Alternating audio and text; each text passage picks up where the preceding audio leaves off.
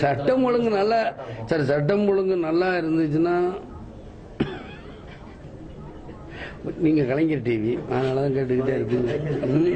அதேதாங்க இதான் சொல்றேன். ஆளாளுக்கு அவங்க பஞ்சாயத்தை பேசணும், டிவிக்கு முன்னாடி அவங்க சொல்லணும்னா நான் எங்கதான் போறது? சார் நீங்க எதிர்கட்சி என்ன சொல்றீங்க? அந்த அம்மா எதிர்கட்சி இருக்கக்கூடாது, இன்னும் 4 எம்எல்ஏ விலைக்கு வாங்கடான்னு நினைச்சுக்கிட்டு நான் சொல்றேன் எதிர்கட்சியை எழுதி கொடுத்துட்டு போயிரு. எனக்கு வேணாம் சாமி, உங்க தொந்தரவே வேணாம், இருக்கிற எம்எல்ஏ கொடுக்க நாட்டுக்கு நல்லது. நான் தாராளமாக எல்லா எம்எல்ஏ நானே சொல்றேன், என்னுடைய எம்எல்ஏவை நானே அங்க போய் சேர்ந்துக்க, நாட்டுக்கு நல்லது பண்ணுங்க. சட்டம் ஒழுங்கு கெட்டு போச்சா நீங்க கேட்க கூடாது.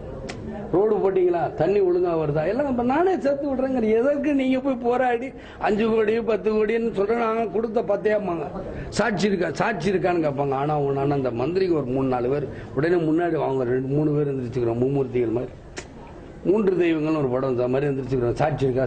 சாட்சியை நான் கேட்டுட்டு அப்புறம் சாட்சி இல்லை, சாட்சியை சொன்னா பத்தி பேச மாட்டாங்க. இத்துடன் முடிவு பெற்றது சட்டமன்றம் அதிக நேரம். வேற என்ன பண்றது? இதுக்காக தான் நான் சட்டமன்றத்தில் போனது. சினிமாவில் சொல்ல ரொம்ப புகழ்ந்தா ரொம்ப திட்டினா காதல ரத்தம் வரும்பாய். அந்த மாதிரிதான் ரத்தம். இது எதுக்குடா இங்க போய் உட்காந்துக்கிட்டு என்ன புகழ்ந்துகிட்டு இருக்கிற நம்ம சட்டமன்றம் போறோம்? இல்ல போன தடவை ஜெயலலிதா எத்தனை தடவை வந்திருப்பாங்க?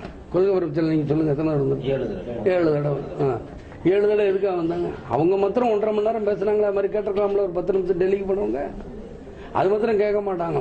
ஒரு 5-6 முதலமைச்சர் பேசுனதுக்கு அப்புறம் என்ன 10 நிமிஷம் தான் பேச விட்டாங்க, பெல் அடிச்சாங்களா? இது என்ன கொடுமையா இருக்கு? எம்பி தேர்தல் வருதுல்ல, பொறுமையா இருக்கு. அது வரைக்கும் நீங்க என்ன கேட்கனாலும் போராடுங்க.